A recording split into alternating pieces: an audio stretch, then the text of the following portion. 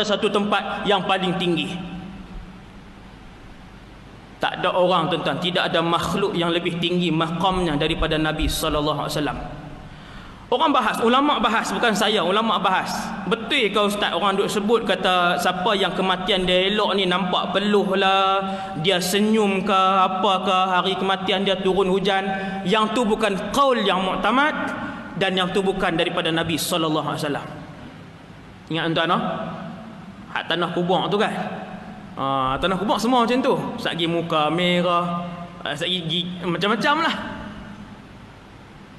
Tuan-tuan, hak petanda-petanda itu bukanlah jawapan muktamad untuk kita mengatakan dia mati dalam keadaan baik ataupun dia mati dalam keadaan tidak baik.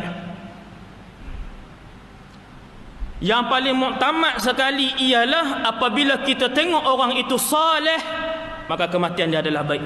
Semua orang kata dia soleh, orang tahu dia ni bagus, semua orang kenal. Sembahyang dia, puasa dia, sedekah dia, tak pernah ambil hak orang. Tanggungjawab kepada keluarga semua dia buat. Jiran tak pernah dia sakiti. Nafkah kepada anak isteri sentiasa dia bagi. Hormat suami sepanjang hidup dia. Semua orang daerah, orang kampung kenal dia perangai macam tu. Maka dia mati dalam keadaan yang baik. Dan yang kedua daripada Rasulullah, apabila kalian melihat satu orang yang semakin bertambah usianya, semakin baik akhlak dia dan semakin banyak ibadat dia, maka ketahuilah dia akan mati dengan husnul khatimah. Yang ni hadis Nabi. Dan apabila kalian melihat satu orang manusia yang semakin bertambah umurnya, perangai buruknya tidak berubah, ibadahnya tidak bertambah, ketahuilah kematian dia adalah su'ul khatimah. Yang ni hadis Nabi. Adapun dia mati dalam keadaan sakit, di muka dia tengok tak ada peluh, tengok dia tak senyum pun, tapi ulama besar pasal apa ni, tak ada wangi-wangian pun, tuan-tuan, hak tu semua bukan petanda yang disebutkan oleh Rasulullah. Ingat, yang tu sampingan sahaja, sampingan.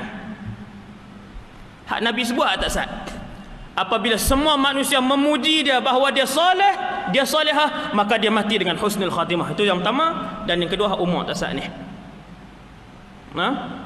Kalau kita kata mati dalam keadaan sakit merupakan tanda su'ul khatimah, Rasulullah sakit.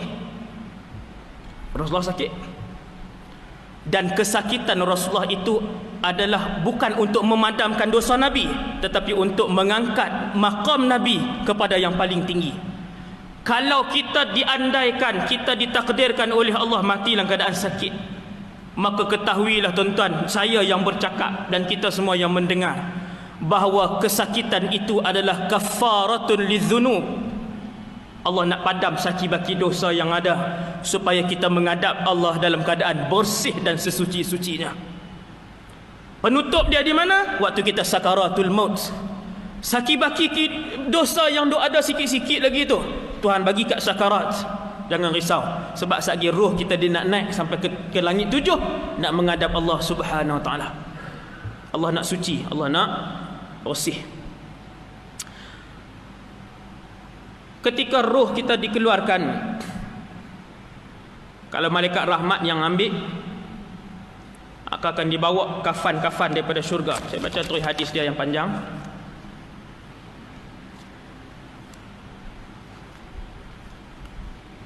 Sekiranya orang yang mati tadi adalah orang yang baik, maka ruhnya adalah ruh yang wangi. Wangi keluar. Wangian itu dapat dicium oleh kesemua para malaikat. Dan sekiranya ruh tadi ruh orang yang banyak dosanya, jauh sangat daripada Allah, maka ruhnya sangat busuk. Dosa dia ada bau dia, tuan-tuan. Ni waktu kita hidup ni pun, sebelum mati, dosa ada baunya. Amal ibadat juga ada baunya yang wangi. Apabila seorang tu buat dosa atas muka bumi ni, waktu kehidupan dia, sekiranya bau itu dapat dicium oleh muslim yang lain, ma jalasa muslimun bijanibi muslimin, nescaya tidak akan ada orang Islam yang duduk tepi orang Islam yang lain. Terlalu busuk. Tapi benda tu kita akan bau nanti waktu malaikat maut dia tarik nyawa kita. Waktu tu kita boleh bau. Dan semua penduduk langit bau, sama ada wangi ataupun busuk. Tuan-tuan. Kemudian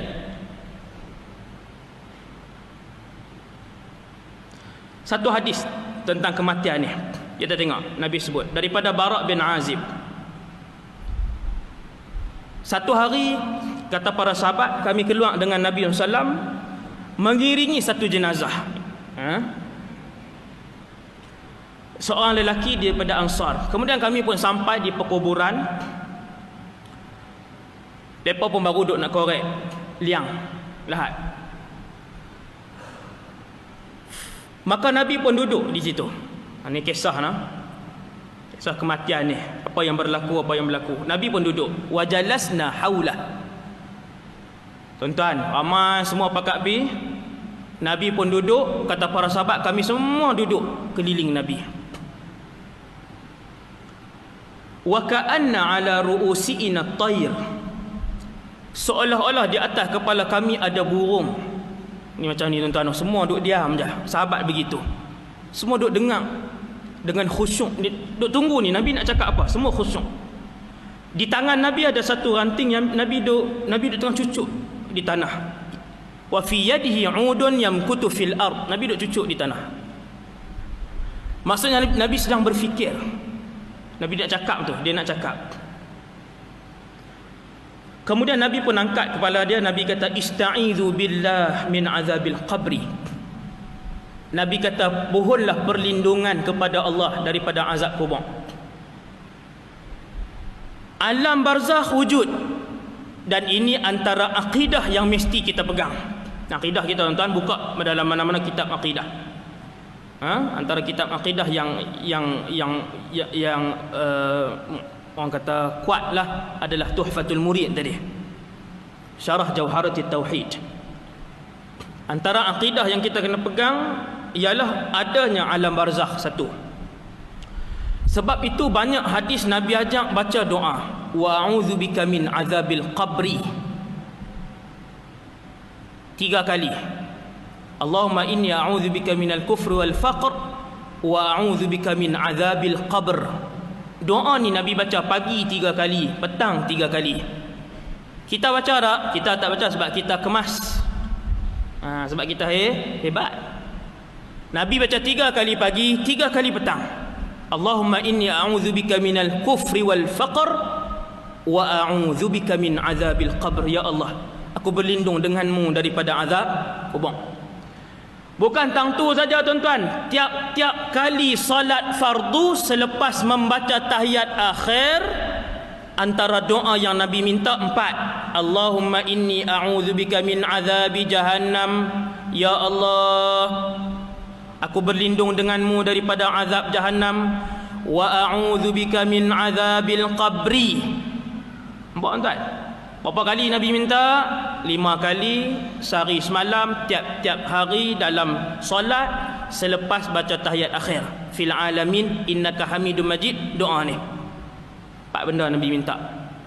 Wa a'udzubika min fitnatil mahya wal mamat wa a'udzubika min fitnatil masiihid dajjal. 4 benda tu. Tuan, sebab azab kubur dia ada. Saya sambung balik.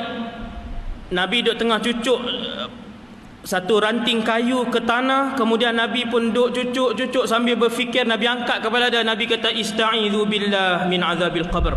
Nabi mengulanginya. Kata para sahabat yang meriwayatkan hadis ni, Bara' bin Azib kata, Nabi ulang 2 kali, 3 kali. Waktu bila tuan-tuan? Kuliah ni Nabi bagi waktu duduk di perkuburan. Orang duduk tengah korek tu, duduk tengah korek liang tu, Nabi dan kuliah lagi. Nabi dan kuliah lagi.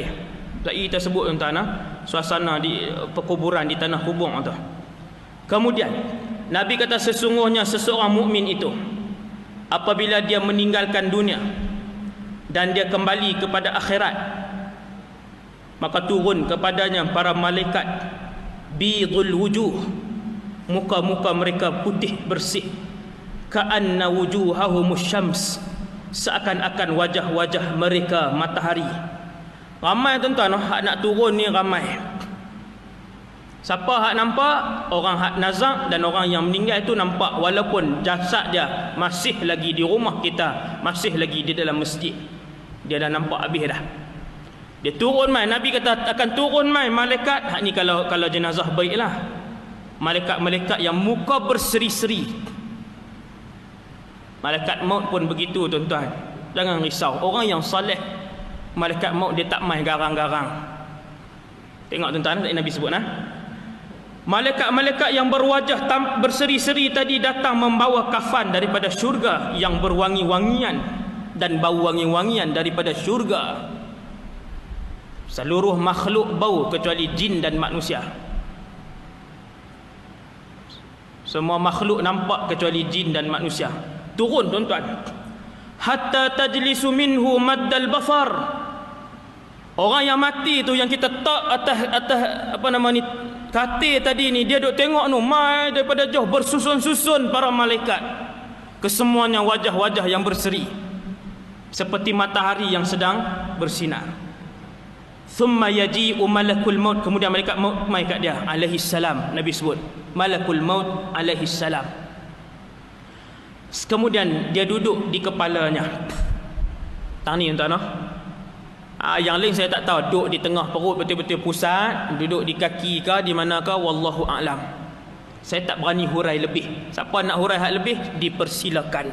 Saya hak mana Nabi abang hak tu saja, sebab ilmu saya takat tu saja. Takat tu saja. Maka datang malaikat maut, dia pun duduk di kepala fayaqul. Malaikat maut akan bercakap. Ni hak nazak ni tuan-tuan. Kita duduk keliling ni, kita duduk keliling. Pada ketika tu malaikat maut turun. Seandainya kita nampak, nescaya kita akan buat badan macam tu. Kita akan pergi ke tepi begitu. Kita akan bagi ruang kepada para malaikat, seperti mana banyak hadis Nabi memberikan ruang. Bahkan Nabi pernah solat dengan jengkek kaki kerana memberi ruang kepada para malaikat waktu semayang kepada jenazah Hanzalah. Salah satu contoh. Sahabat tanya, ya Rasulullah, kenapa duk angkat-angkat kaki? Nabi kata, terlalu ramai para malaikat, aku nak bagi ruang kepada mereka. Kemudian si nazak tadi ni yang boleh jadi duk tengah buka mata lagi, malaikat mai. Tak cari lagi, mai dah. Kita duk kalut ni. Ayyatuhan nafsut tayyibah. Malaikat maut mai dengan, kita boleh bayang tuan-tuan, satu orang wakil daripada Allah yang nak mai jemput kita. Dia